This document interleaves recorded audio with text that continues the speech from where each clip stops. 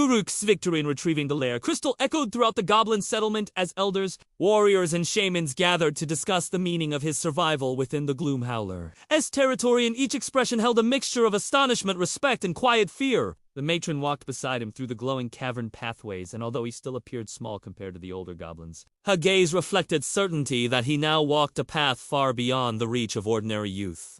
He sensed a shift in how every goblin regarded him, because the whispers that once questioned his strange nature now carried tones of reverence, as though ancient spirits had mocked him for a future tied to the deepest roots of the realm. The elders led him to a new chamber known as the Circle of Burrows, where goblin youths received their second trial, and this chamber was carved within a dense network of roots that pulsed faintly with ancient energy. The shifting light from the fungal lanterns illuminated carvings of past champions whose bravery forged pathways for the tribe. During ages of scarcity, invasion, and war against underground beasts that haunted the lower tunnels, Guruk touched one of the carvings, and Verdun's mana surged gently as though the roots recognized the presence of a long-lost lineage carried within his newborn goblin body. The matron placed her hand on his shoulder and guided him toward the center of the circle, where several goblins trained with sharpened bone spears shaped from the limbs of fallen beasts. She gestured toward a formation where young trainees learned coordination, discipline, and resilience, values that goblins held sacred because survival in the underground world demanded unity of movement and instinct.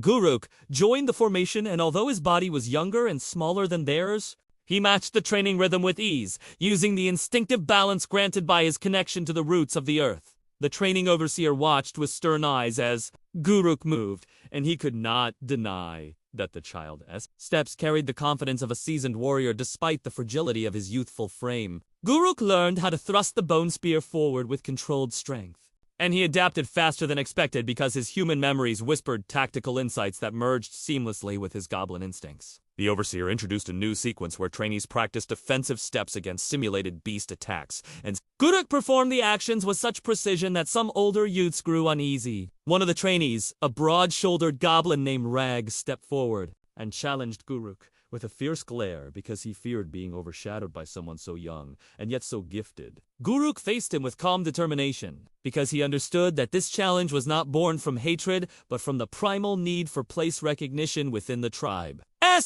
Hierarchy! Rag attacked with a swift overhead strike, and Guruk shifted sideways with smooth instinct, allowing the blow to pass before lightly touching Rag's chest with the tip of the training spear. The overseer signaled the end of the duel, and Rag stepped back with reluctant respect etched across his face as he realized that Guruk's strength came from more than muscle or luck. The matron approached and lifted Guruk gently as she sensed his mana resonate with the roots beneath the training ground, and she understood that the time had come for him to face the second trial known as the Burrow Descent. This trial required a young goblin to navigate into a deeper tunnel inhabited by dangerous fungal creatures and bring back a cluster of Nightbloom spores that grew only under extreme darkness. Guruk accepted the task silently, and he moved toward the descent tunnel, where the moss faded into stone and where the faint roar of distant beasts echoed through the cavern walls. As he stepped into the darkness, the verdant mana within him glowed softly, illuminating thin strands of energy, woven between the roots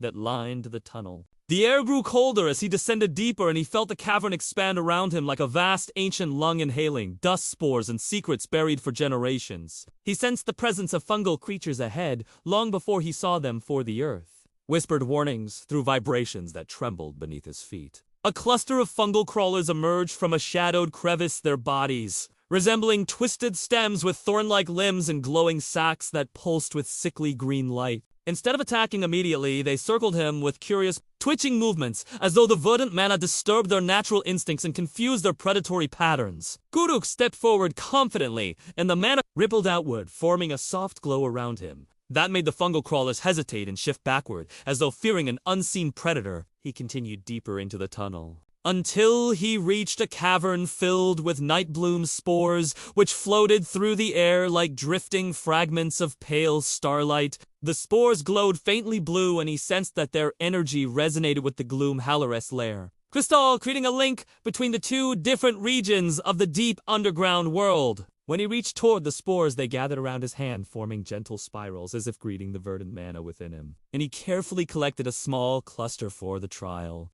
As he turned to leave, he heard a faint rumble from the depths of the cavern, and the air trembled with an ominous presence that warned him of danger far stronger than fungal crawlers. A massive underground serpent known to goblins as a root-scale horror slid from the darkness, its scales coated with its eyes glowed with unnatural hunger. The beast lunged at Guruk with a swift strike driven by instinct and starvation, and the cavern shook as its massive body scraped against stone. Guruk reacted with extraordinary speed for his size and age, because the verdant mana surged through him like a roaring river, amplifying his reflexes and guiding him towards safety. He leaped aside just before the serpentess jaws snapped shut, sending shards of stone flying, and he reached for a thick root that pulsed with ancient energy. As he touched the root, it lit with green radiance, and the serpent recoiled as though struck by an unseen force, for the mana had awakened the defensive spirit of the cavern itself. The serpent hissed and retreated into the darkness, leaving Guruk unharmed yet trembling from the sheer force of the encounter, and he understood how fragile his young form remained despite his growing power. He ascended the tunnel and returned to the settlement carrying the Nightbloom spores as the matron and the elders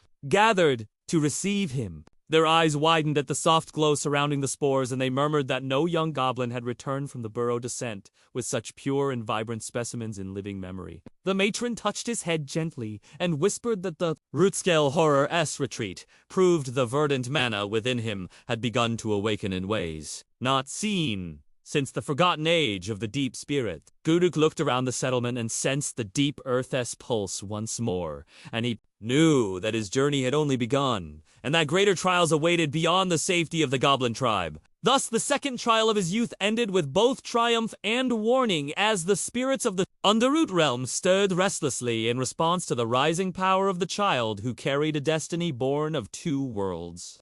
Guruk's success in the burrow descent spread quickly through the goblin settlement, and even the most skeptical elders now regarded him with silent respect, as they recognized a child whose spirit carried echoes of ancient forces rarely seen in their history. The matron guided him through the heart of the settlement, where the constant glow of fungal lanterns shimmered across bone structures and root shelters, creating a scene that resembled a living forest carved from stone and shadow. Young goblins continued their daily routines, yet many paused to watch him walk, and their eyes reflected a mixture of envy, admiration, and fear. Because they knew his path had diverged from theirs the moment his mana awakened, the elders soon announced that Guruk would begin advanced training far earlier than tradition allowed, and this decision caused ripples of excitement and concern among the tribe. The training overseer brought him to a secluded chamber, where a massive root platform served as a sparring ground, and where etchings of forgotten goblin heroes covered the stone walls in crude yet powerful drawings. He stepped onto the platform, feeling the pulse of the ancient root beneath his feet,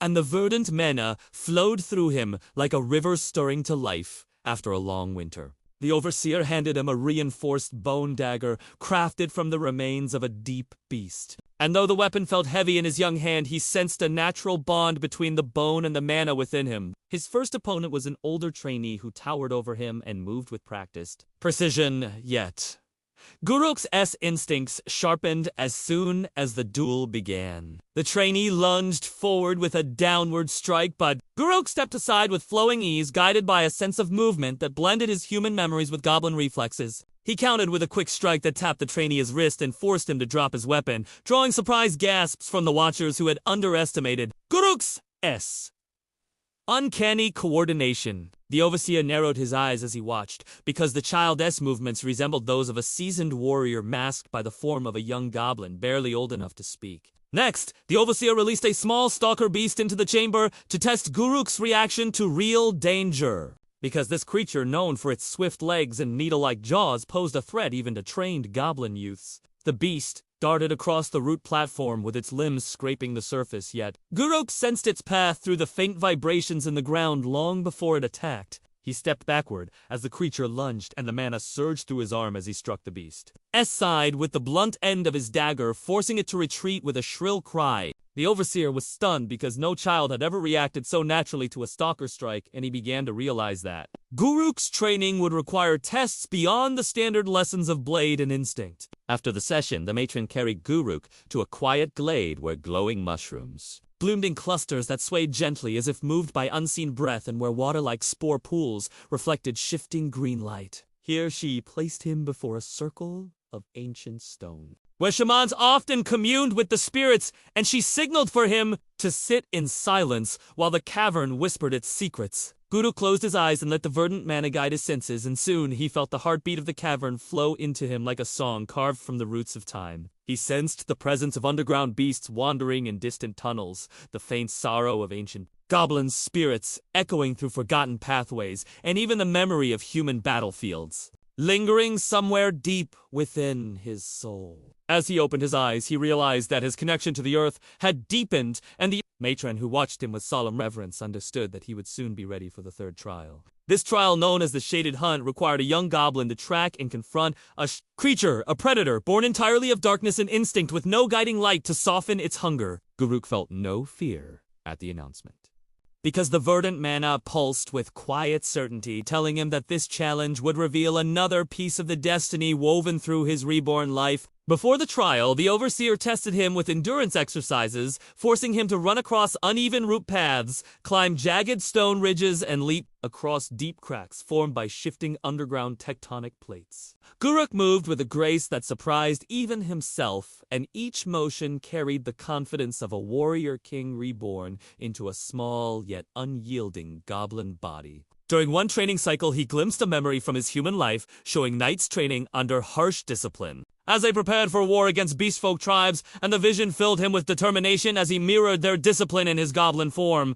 When nightfall arrived in the cavern, the matron led him toward the entrance of the Shaded Hunt, where the light dimmed until the entire world faded into shadows. She touched his forehead with a gentle hand, as if giving a final blessing, and the verdant mana flared beneath his skin like a silent promise. The hunt began as Guruk stepped into the dark passage, where the air grew cold and the sound of dripping water echoed faintly from distant tunnels. He followed the faint tremors that signaled movement ahead, as the mana illuminated thin green threads across the stone, guiding him toward the creature that waited in the dark. The shadowbone creature looked near a collapsed pillar, its body made of sinewy darkness that shifted constantly as though it absorbed the dim light around it. Guruk felt its hunger like a cold presence pressing against his thoughts, yet he remained steady as the mana anchored his spirit to the roots beneath him. The creature struck with blinding speed, but Guruk sensed its attack through the slightest stir in the earth, and he rolled away before it could sink its jaws into his shoulder. He rose quickly and extended his hand, channeling the mana in a soft pulse